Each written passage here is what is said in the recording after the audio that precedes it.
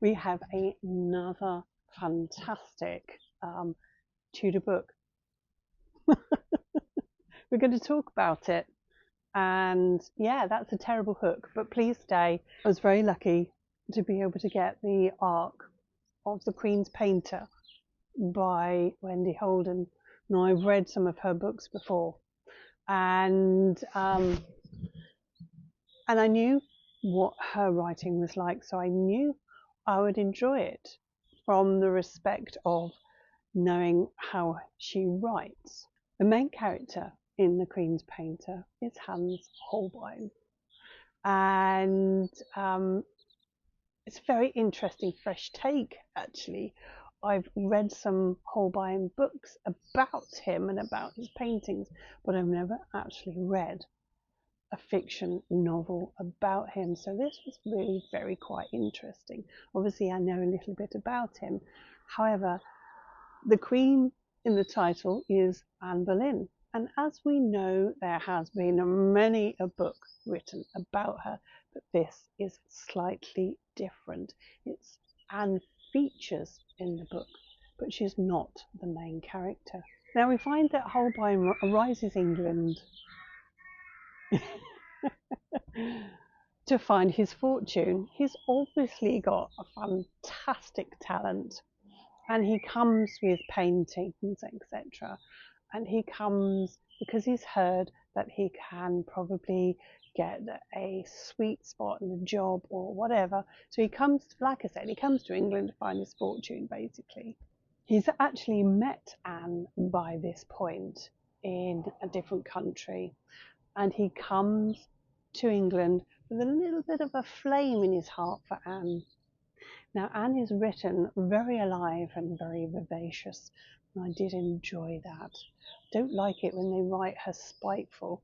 Everybody can be spiteful, but I just enjoyed the way that she was written. But in this book, Holbein, he obviously meets her because of the title, and they build quite a nice friendship, and they discuss painting about the ambassadors.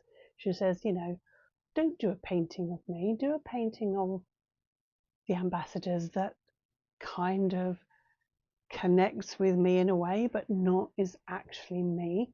And there's quite nice bits in the book where they talk about this particular painting. But as we know, Anne comes to a bit of a sticky end. In this book, Holbein decides that revenge is a dish that's better served cold. There's a nice part in the book actually where Holbein has arrived in England and he's come into the palace and he wants to try and find his way in, and he's got some paintings with him, and there's these oafish courtiers outside that kind of poke him about and go, who are you and why do you want to come in, and poke him and look at his paintings and giggle and make fun of him. But then Thomas Cromwell comes along and tells them, go away and leave him alone. He's supposed to be coming here, sort of thing. That was a nice passage. I really enjoyed reading that. This read really quite quickly, and as a person that used to read one book in a day, I've slowed down as I've gotten older, which I actually don't like. But I did read this one quite fast, actually. These are the two books that I have read from Wendy Holden before, The Governess and The Duchess, and I think I audiobooked The Princess as well. But if you have read these, then this is the same author, and I think you would enjoy this book too. I totally recommend this book, and I was very lucky to be able to read it prior to its publication. I hope that I've done it justice. There is, of course, so much more in the book than I actually mention. You have to read it for yourself to get all the juicy details.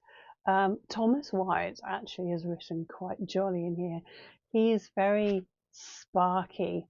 I wanted to say spunky, but that shows my age, doesn't it? Because it's completely different meaning these days. but he's vivacious. There we go. That's a different word.